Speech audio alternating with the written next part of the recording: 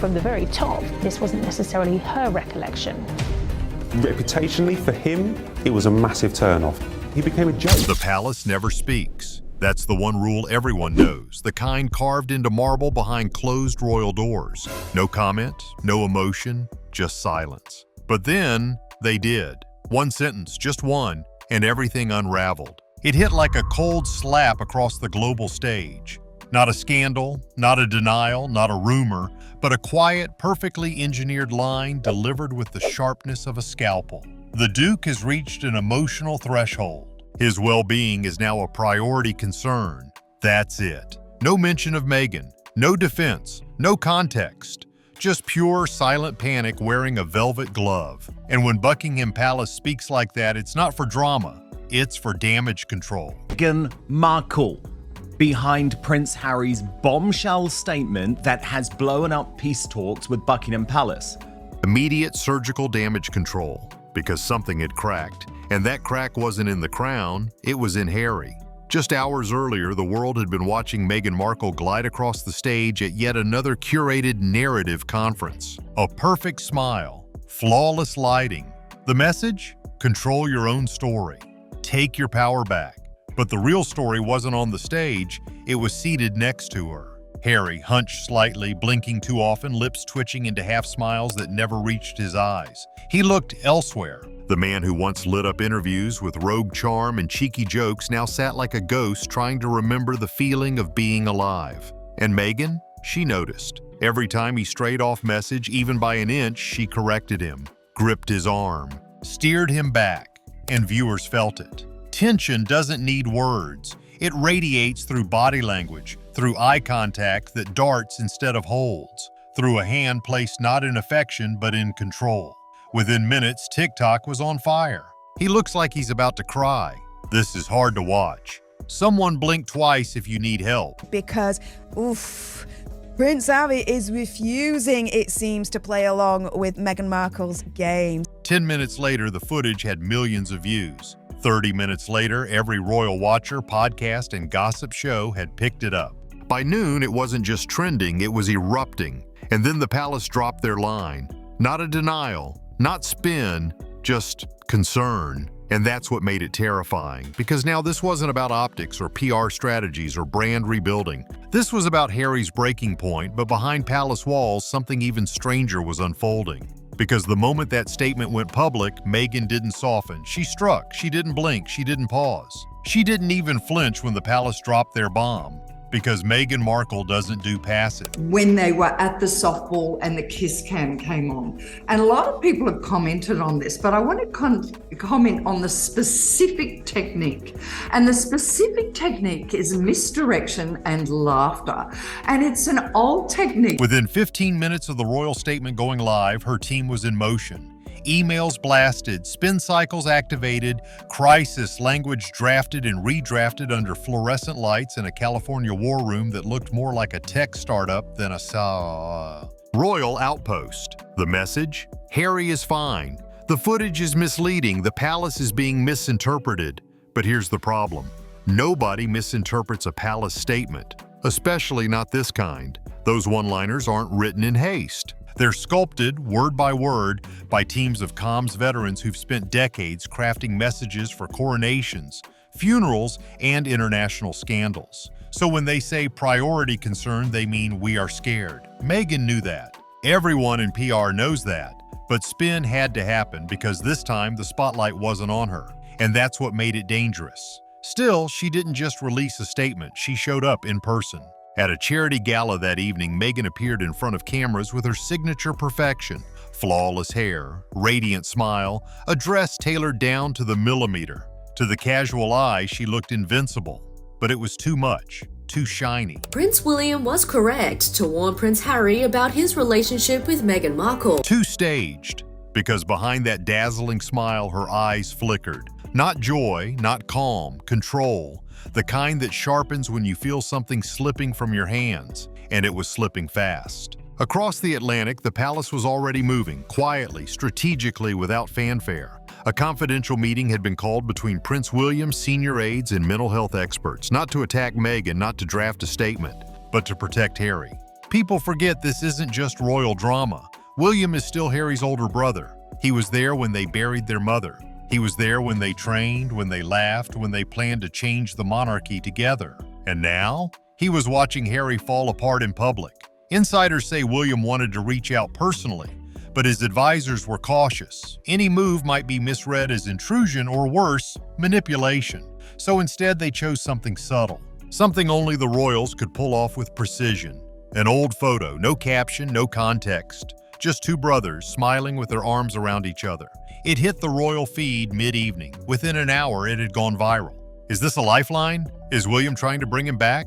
The palace isn't fighting Meghan, they're rescuing Harry. The hashtags exploded. #free Harry, #bring Harry home, #protect the prince, and suddenly the narrative shifted. Head up of being paraded around and... This wasn't about Meghan versus the firm anymore. It was about a man who looked like he was breaking, and a family trying to save him. And that's when Meghan realized something terrifying. She wasn't being villainized, she was being ignored. Magically get better on their own and everyone else will figure it out so that he doesn't have to? That sounds like his life. It wasn't rage that hit her first. It was irrelevance. Because for the first time since stepping into the royal spotlight, Meghan Markle wasn't being accused. She wasn't being blamed. She wasn't even being discussed. She was being sidelined. The headlines weren't about her at all. They were about Harry. Not Harry the prince, not Harry the rebel. Harry the man. Breaking. Emotional fatigue may be reaching a critical level. Palace sources cite concern for Duke's psychological well-being. Senior royals scramble to offer support amid growing alarm. And just like that, the world tilted. Meghan's carefully curated role, the spotlight, the strategist, the misunderstood outsider, vanished. Because sympathy had a new center. And it wasn't her. It was him. And that terrified her. Not because she didn't care, but because she didn't understand how she lost control of the story. Her team launched a desperate offensive, smiling photos of her and Harry laughing at brunch, posed candids in Montecito, PR fluff about their shared strength. But viewers weren't convinced. They zoomed in, frame by frame. Harry's smile, tight, forced, unfocused. His hand placement, odd, directional, like he was told where to put it. Within minutes, memes flooded TikTok. Blink if you're okay, bro. Smile, but only when she says so. Even the dog looks nervous. The palace stayed silent, which was more powerful than any statement, because in silence, they let Harry be seen.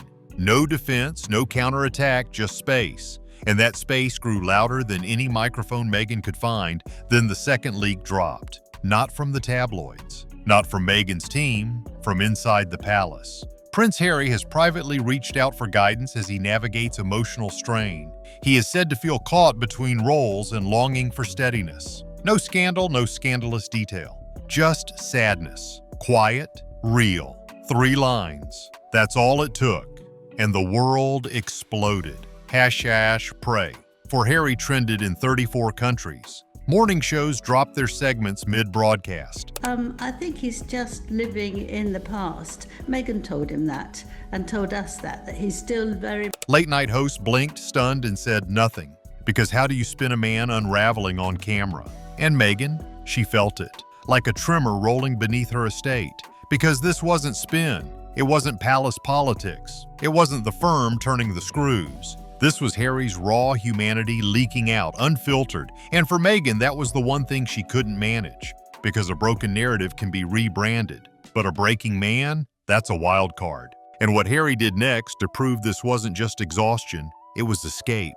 He didn't slam a door. He didn't yell. He didn't make a scene. He just walked away. After the leak, after the headlines, after the sympathy wave had drowned out every polished photo op, Harry did something no one expected. He disappeared. Not physically, but emotionally, mentally, spiritually. Sources inside the Montecito estate say he stopped responding to PR threads. He skipped one scheduled Zoom appearance. He even missed a brand alignment call with Netflix execs. Instead, he sat alone, in the garden, on the old stone step near the olive trees. No phone, no script, just silence. And for Harry, silence was the only space left that hadn't been weaponized, because everything else, his words, his eyes, his posture, his presence, was under surveillance. from the public. That Prince Harry is planning a shameless return to the UK in 2026 with a plan to, and I quote, sow the seeds for a semi-permanent return From the palace,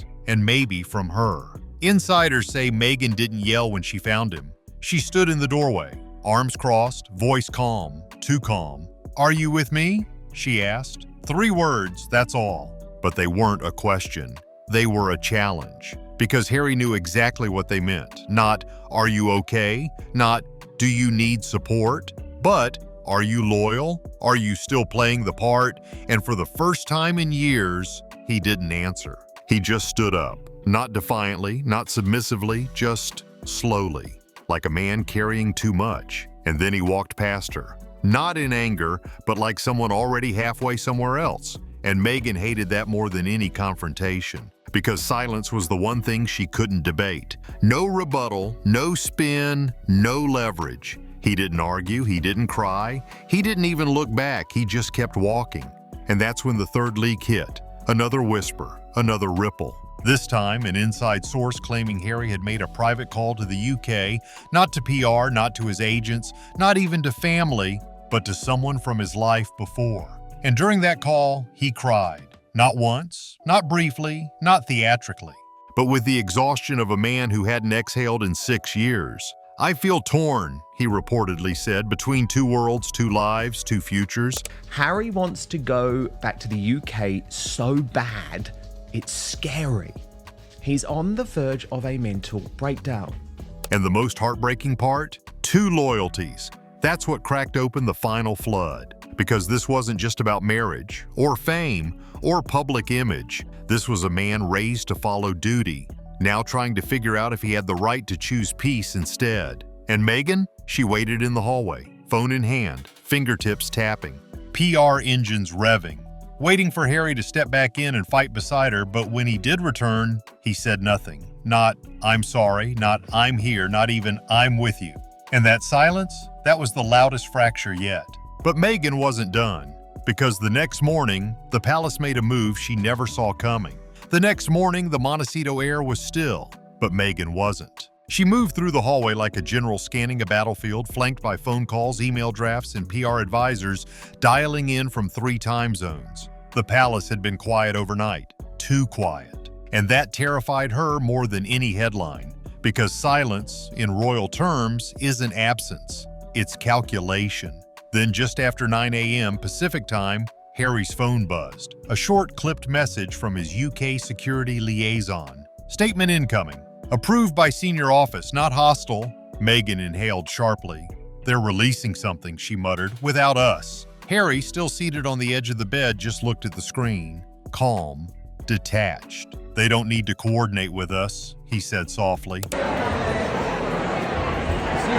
Meghan didn't respond, because in that moment she realized what had changed. They were no longer seen as a unit. The palace wasn't treating them as Harry and Meghan anymore. They were treating Harry as a son, a brother, a man. And when the statement dropped, it was surgical. No accusation, no denial, no spin, just 6 sentences. "The Duke of Sussex remains a cherished member of the family. We ask the public to give him space and compassion as he navigates personal challenges. No drama, no blame, just grace, weaponized. Because the royal family had finally remembered its greatest strength, dignity under fire." And that crushed Meghan in a way no tabloid ever could. Because this wasn't about her, it wasn't even about scandal. It was about Harry's pain, acknowledged by the one institution she couldn't outmaneuver. For Harry, it landed like a parachute. His shoulders dropped, his breath slowed. He sat down, not as a statement, but as surrender. Not to the firm, not to the press, to peace. And Meghan, she froze. Because in that moment, the story was no longer about brand deals or image control or public sympathy. It was about something deeper. Harry wasn't trying to win. He was just trying to stop losing himself. That single shift, subtle, human, unstrategic, rippled like an earthquake through their world. Her team scrambled. Draft new responses, now issue a clarification. Get a journalist on the line, reclaim the frame. But Harry wasn't moving. He was sitting still, quiet, calm, whole.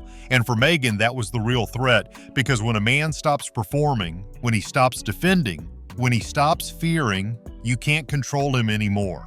And that's when the palace made their final move, not to punish Meghan, but to remind the world who Harry really was before all of this. The corridors of Buckingham Palace hadn't buzzed like this in decades, not since abdications, not since funerals, not since Diana. Even the most stone-faced aides were whispering now because Harry wasn't just unraveling behind closed doors. He was slipping in full view of the world, and the world was watching every second of it. That's when the palace made their final move, not with a press conference, not with lawyers, not with leaks, but with a single image, an unreleased photograph. Never seen before, just Harry. Not with Meghan, not with staff, not even in uniform, just Harry, standing beside William at a charity event back in 2014. The photo was unfiltered, not polished, not posed. Two brothers, one arm slung casually over the other's shoulder. Harry mid-laugh, eyes squinting, cheeks flushed from the cold. And William grinning wide like he always did when Harry made a joke. No caption, no context, just the memory of who he used to be. It dropped at 2:04 p.m. UK time, and the internet collapsed. This is who he really is. Bring him home. He looks alive here. Within minutes, half free. Harry surged again, but this time it wasn't a demand, it was a plea. Because the world wasn't angry anymore. They weren't outraged, they were mourning. Mourning the man they used to know. The boy with the cheeky smile and untucked shirt. The soldier who danced with orphans in Lesotho. The prince who walked behind his mother's coffin and never cried. And that's when Meghan panicked. Not publicly, not in tabloids, privately, violently, internally. Because she realized something far worse than being blamed. She was being forgotten. The narrative wasn't Meghan versus the palace anymore. It wasn't about racism or bullying or institutional neglect. It was Harry versus the weight of his own decisions. And the palace wasn't attacking her. They weren't fighting her. They weren't silencing her. They were simply remembering Harry. And the world was remembering with them. Inside Montecito, aides say Meghan went into full damage control. An emergency team meeting was called. New Instagram photos were drafted. Quotes prepared. A podcast segment re-edited for public sympathy. But none of it landed. Because when people see real pain, they stop listening to PR. And Harry, he stayed quiet. Even when a major London outlet released the headline, Prince Harry at risk of collapse if tensions continue, even when Meghan read it out loud with fury, "They're framing you." Harry just shook his head. "They're not framing me," he said softly. "They're worried about me." And that was the break. Not the collapse of a man, but the collapse of fear. Because for 6 years, Harry had lived in defense mode. Against the media, against the palace, against his own instincts. But now, he was just tired. Tired of defending a version of himself he didn't recognize. Tired of smiling through discomfort. Tired of being told what freedom should look like. And for Meghan, that was worse than betrayal. Because she could fight the palace. She could fight tabloids. She could even fight public opinion. But she couldn't fight Harry's peace. She's been inundated with offers for movies over the 8 years since she retired from showbiz. And as the final headlines rolled in, one quiet sentence from Harry changed everything. Not for the palace, not for Meghan, for himself. It happened in the kitchen. Nothing dramatic, no camera, no PR team, just sunlight bleeding through the Montecito windows and two people who weren't speaking the same language anymore. Meghan walked in fast, phone in hand, face set. "You've seen the headline," she said. Harry nodded, quiet. "They're circling you," she continued. "They're framing you as unstable. This is coordinated." Harry didn't flinch. "They want control," she said, her voice sharp but contained. But Harry didn't look angry. He didn't even look tired. He looked done. "They don't want control," he replied. "They want me back, sure, but they're not attacking. They're worried." Meghan's jaw tightened. Worried is just another word for leverage. That line, that was her strategy in one sentence. But Harry, he wasn't playing strategy anymore. "I just need a minute," he whispered. But Meghan wasn't wired for minutes.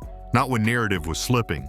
Not when she felt unseen, and certainly not when the public had turned their sympathy elsewhere. She reached for her phone. Another push, another post, another PR counterstrike. And Harry saw it, knew exactly what it meant. "Meghan," he said quietly, "don't. If I don't step in now, they'll own the story.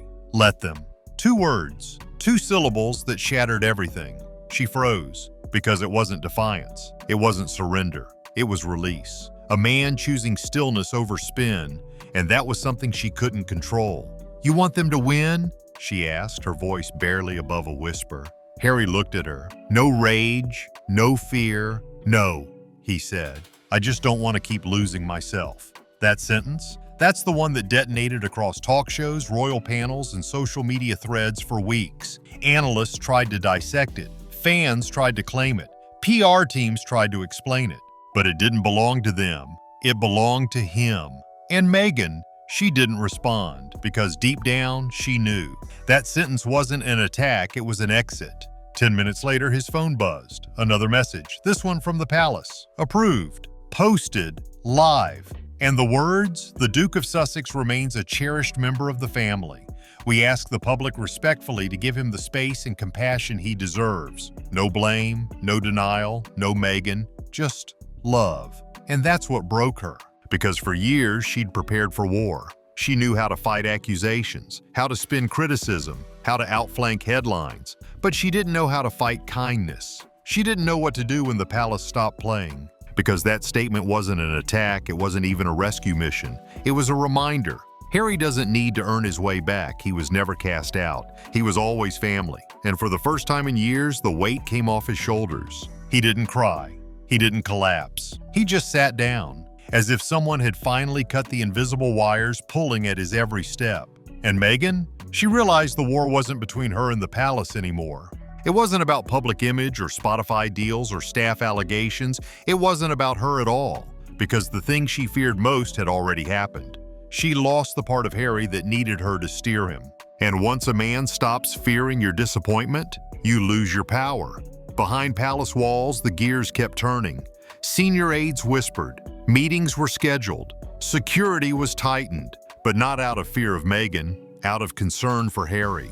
Because whatever comes next, reunions, retreats, or another retreat into silence, the world had seen it now. Not a prince, not a headline, not a brand, just a man cracking quietly beneath the weight of everything. And the one institution he tried to escape, it was the only one that still called him by name with love.